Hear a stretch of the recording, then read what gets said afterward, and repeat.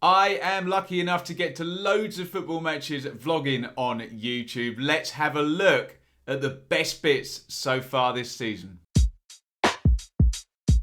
I am going to select my best goal, player, performance and best game, as well as my worst game, my good luck charm and my Silly Billy award. Don't worry, it'll all make sense by the end, at which point I'd love you guys to throw in your suggestions for any of these categories down in the comments. The scores on the doors so far are that I've been to 12 games this season, 9 in the Championship, 2 in the Premier League, just 1 in League One. I've seen 26 goals, 8 home wins, 2 away wins, 2 draws.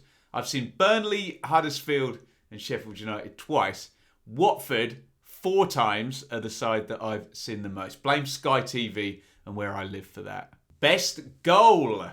Let's start off with the best goal I've seen in the flesh this season. Honourable mention to Max Lowe of Sheffield United and João Cancelo of Manchester City. But my best goal was scored from inside his own half by Ismaila Sarr of Watford. He hits the shot and Burton starts sprinting back. He realises he's not getting it, and from fully 45 yards, Sarr has lobbed it into the goal.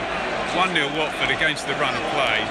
Brilliant goal though. What a strike that was by Sarr. I was sat reasonably low down, so I got a really good feel for the speed, the technique to bring the ball down and how flat he had to hit it, as the keeper would probably have got back for anything that was sort of floatier. Sarr actually missed a penalty in the second half of that game, which perhaps sums up his at times inconsistent nature, and also perhaps that goal and that game sums up West Brom's entire season so far. Best player. Okay, this is fairly predictable, but I do feel we could be looking back in years to come at a special moment right now concerning this player. Obviously, I continue to cover the promoted teams as part of our Dearly Departed series, and so up to the Etihad I went to follow Nottingham Forest. They were facing Manchester City and the magnificent Erling Haaland. It's honestly ridiculous. That is the hat-trick. We're less than 40 minutes in. Corner to City, bit ahead tennis, and the ball is just magnetised to him, and Haaland's about a yard off the line, heads it into the net for his hat-trick. He can't have had more than 5 or 6 touches in this game.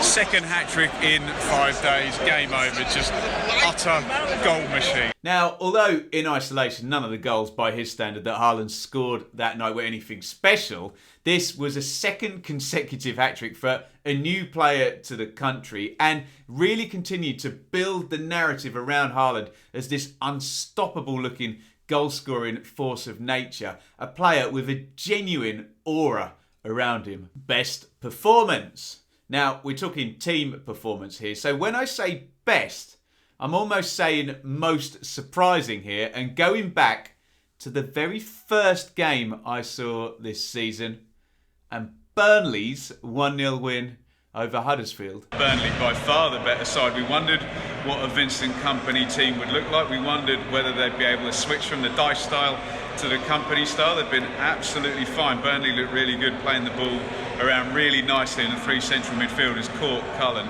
and Brownhill, really running the game from that central midfield. Okay, let's get the caveats out of the way. I accept it was only 1-0, and I accept that the Huddersfield manager, Danny Schofield, debuting that day would ultimately only survive 8 games in the job. But I loved the audacity and the ambition of Burnley under Vincent Kompany in undertaking this 180-degree change in style. The execution was really fun to watch. The type of football that, when it's done well, is really, really great. And just a lovely element of surprise. Best game. Okay, I'll admit I've not seen too many real rippers yet. There's one that had potential to be the best game, if it weren't for something that we'll get on in one of my later picks. So with that being said, I'll go for a real knockdown, drag out, kick the crap out of each other draw at Kenilworth Road between Luton and Sheffield United. Good game, really good watch, really competitive, could have been won by either side. Luton taking the lead early in the first half, Morris with a goal. Sheffield United coming out real strong in the second half. Ollie McBurney ends his seemingly endless goal drought and sticks a nice volley in. Yeah, this one really felt like a throwback. The tackles were flying in. The referees now are letting them go a little bit more, which is great. We got the big new signing firing for Luton in Carlton Morris. And we got the big misfiring striker for Sheffield United score for the first time in forever in Ollie McBurney. Scenes in that away end when that goal flew in.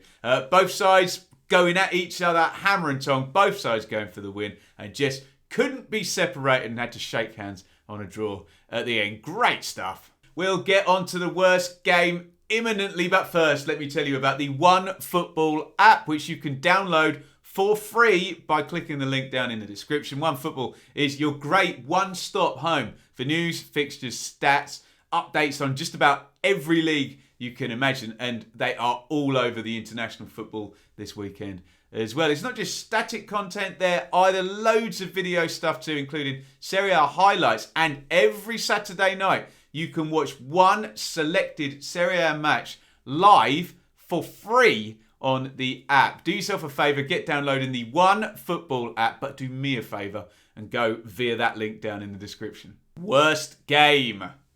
Okay, let's go from the best game to the worst game, and it's also the most recent game I've seen. And hang your heads in shame, Premier League footballers. It was a top-tier affair that went Aston Villa 1, Southampton 0. Half time here, Villa 1, Southampton 0. I've seen lots of games this season.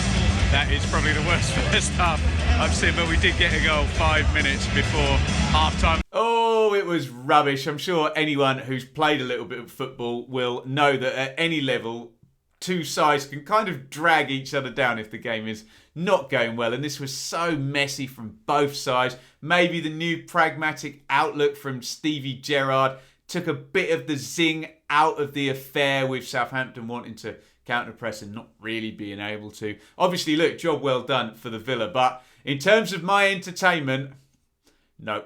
Silly Billy. Well, look, the Silly Billy award is more a Desperate Dan award, because I already alluded to this, but the Silly Billy award goes to Dan Neil of Sunderland, who had a 15 seconds to forget up at Bramall Lane and cost his team in the worst way. Red card for Sunderland. Dan Neil just gets caught in possession. It's exactly what we saw on Friday night between Burnley and Watford, and he makes that tug back, and as soon as you do that, the shirt pull, denial of obvious goal scoring opportunity, red card, first free kick gets saved, then a corner gets given, corner whipped in, they're still reeling from the red card. Ahmedhodzic heads it in. God, everything about this is so hapless for poor old Dan Neil of Sunderland. Bad touch, then crazy split-second decision to just pull McAtee down, which had huge implications. We knew the red card was coming out, didn't we? And the worst thing is, Sunderland were looking very decent in that game and competitive, and had a serious chance of doing something against league leaders and home experts Sheffield United. A real what-if moment there for Sunderland and poor old Dan Neil. Good luck charm. I'm going to break from tradition here, and I'm going to give this one to my lot, Ipswich. At time of recording, Town are top of League One and playing very nicely. But the one game I saw my team play, they really got away with one against struggling Burton. Burton hemming Ipswich in for a lot of that half. The two best chances both fell to Burton in the first minute from a long throw-in. That set the tone. Quite how they didn't score from that, I don't know. Crikey, with hindsight now, this looks even more fortuitous, as it possibly stands out in a 9-game sample for both clubs as maybe one of Burton's best performances of the season and maybe one of Ipswich's worst. I guess that just goes to show how it goes when you're on a winning run or a losing run. Where there's good luck, there's often bad luck, and Jimmy Floyd Hasselbank, whatever you felt about his commitment to the cause, is now no longer Burton boss. And Brewers striker Ghassan Ahabme, who had a good game, made a right nuisance of himself that day, left the club shortly after and signed for Ipswich. Get your thoughts in via the comments on what you've seen live and in the flesh this season on any of those categories I've just put forward, or frankly, any others you want to suggest. Obviously, I know you guys in the main don't go around like me watching lots of matches as a neutral. You watch the team you support, but you also know I'm not a big fan of the old hometown bias in football discourse. So if you want a bit of a challenge, why not comment only on opposition players and teams? Maybe we'll get some more interesting answers. Maybe we'll get some more honest answers. Who knows? Let's see what comes out in those comments. Don't forget to check us out on TikTok, Instagram, Facebook and Patreon. And if you want to revisit any of the vlogs I've done from this season during this